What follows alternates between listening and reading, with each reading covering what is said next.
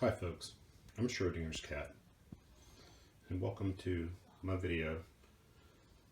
I've heard a lot of talk recently about how avionic charts and nautical charts are based on a flat earth and couldn't possibly be based on a globe. Well, I've got a little something to say about that. And then on top of that, I hear that this is happening. Flat Earth cruise. But they're going to have a problem because the captain and the officers on that ship are going to be using these.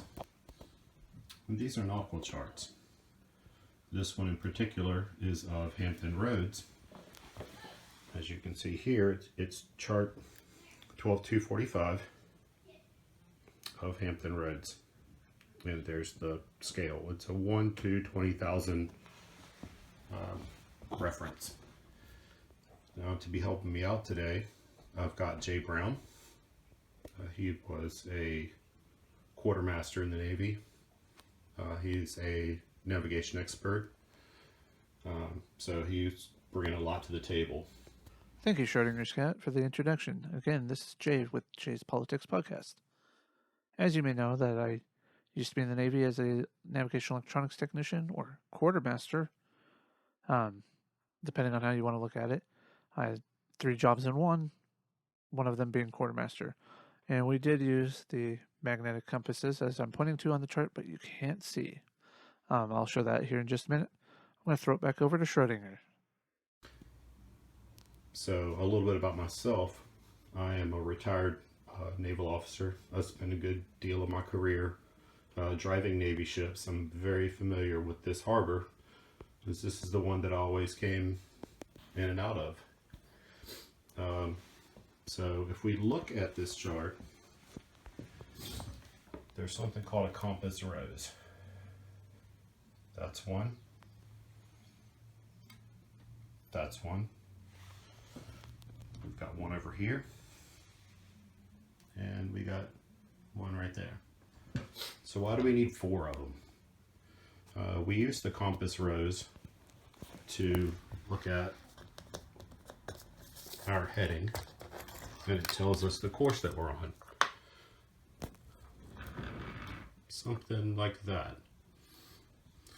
So you use the compass rose closest to where you're going, or to where you're at. Say we're here in the Thimble Shoal channel. Right there, Thimble Shoal channel.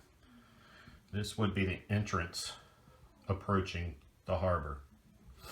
So take a look at, here's your channel right here. That's the width of it. And then let's come down here and look at our scale right there. You can see that about 400 yards wide. Let's look at our depths here. Get as close as I can. These depths are in feet. Okay. So about 70 feet there, about 41 there. And way out here you got 17. And up here you got about 24. Well, one of the ships that I drove was a 40,000 ton LHD warship. It had a 30-foot draft. So you can see the problem if you run into 17-foot depth. There south of the channel, there were the 24 feet north of the channel. You're going to have an issue. So it's very important that you stay in the center of that channel. So you need to know your heading. So we got a compass rose here. If we're here, we're going to use this one. Well, let's say we come way to the other end of the chart. And you got this one. So if you're going to sail up towards Newport News Shipyard, you're going to use the one closest to you. Why? Why do we need to use the one closest to us? Because magnetic north and true north, see these lines I popped across here? Are right up to aligned with magnetic north. Not to be confused with true north. Now I popped this other line here, magnetic north. And so I didn't have the proper, what we call a Weems tool. So I used the piece of string just pulled tight. And you can see there where I measured how far apart they are. And then I came all the way down here at the edge where it runs off the page and measured that. What I came up with is that. So on the northern end of the chart, those lines are 65.5 centimeters apart. On the southern end, they're 65.6 meters apart. If the Earth was flat, those lines would be parallel. On a globe, since we're in the northern hemisphere, they would converge as you go north, exactly like what's happening here. So at this point, I know that Jay Brown has some points that he wants to make.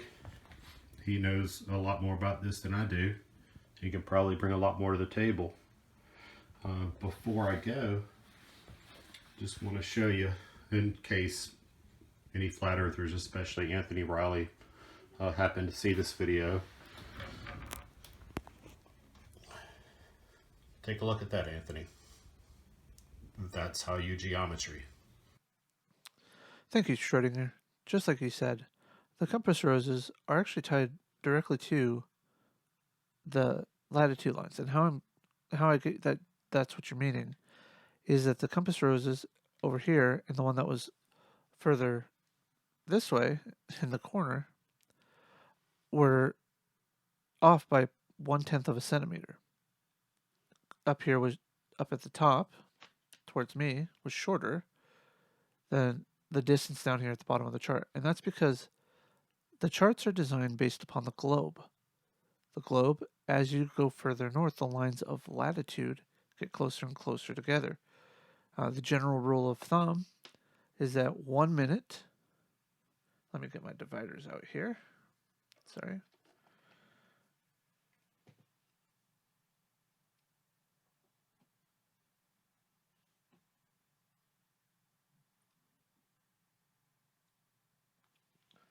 That distance, 1 minute, is equal to 1 nautical mile.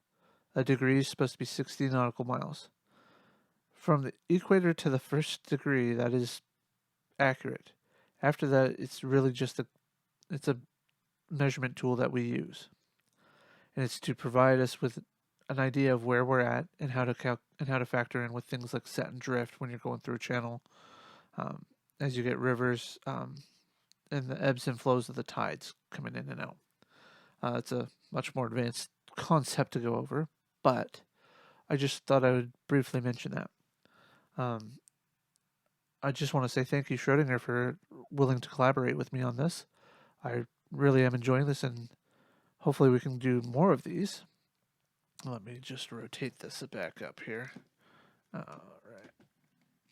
Sorry about that. The joys of webcams, right, guys? Anyways, like I was saying, I really hope that we can do more of these. We can actually enjoy. We can actually educate people on how nautical charts and aeronautical charts are used. Maybe we can get Wolfie to go in on this as well and discuss how paper charts were and how paper charts actually and how aviation charts are used nowadays, and if it's along the same lines as far as navigation goes. I know a lot of the things that we do on and in the water is very similar to what they do in the airplanes. Not exactly the same, but maybe we can get Wolfie in on this.